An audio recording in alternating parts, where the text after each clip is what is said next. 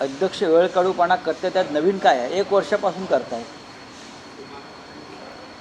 आता घाणाला निघाले होते,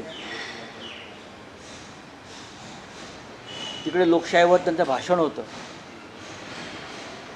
आंतरराष्ट्रीय विषयावर लोकशाही, आणि महाराष्ट्रात लोकशाहीचा मुर्दा पडतो. त्यांच्या हातामध्ये आहे लोकशाही वाचवणं, पण ते घाणाला निघाले. इथे त्यांना सुप्रीम कोर्टानं कालमर्यादा घालून दिलेली आहे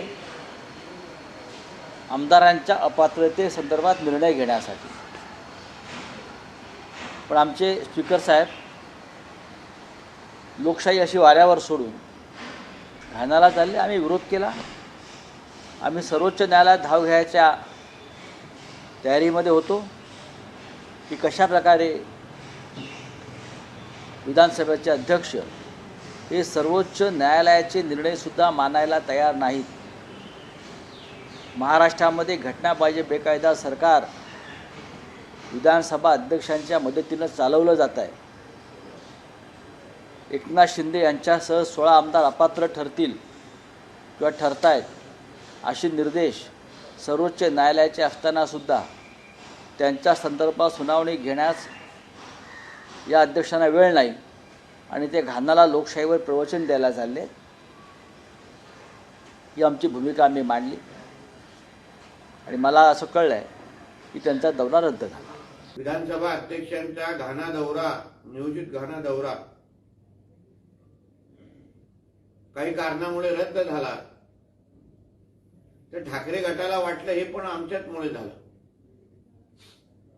म्हणून राज्यामध्ये कुठेही अगर पाळणं हल्लं तर लगेच हे लोक आम्हीच आणि आमचंच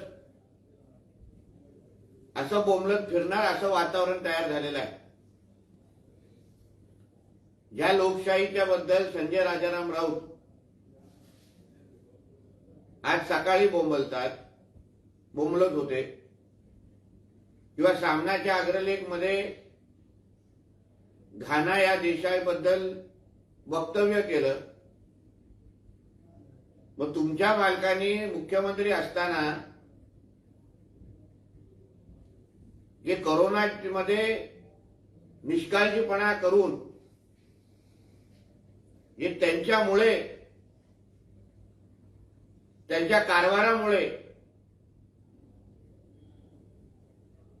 जे असंख्य लाखोनी कोरोनाचे मृत्यू महाराष्ट्रामध्ये झाले, मग त्याच्यामध्ये आणि घानाच्या इतिहासामध्ये काहीच फरक नाही. आणि आज तुम्हाला परदेश दौऱ्यांवर तुमच्या मालकाचा मुलगा किंवा तुम्ही स्वतः फार टीका करताय की इथे एवढी मोठी जबाबदारी असताना, सुनावणी असताना मुख्यमंत्री आणि आमचे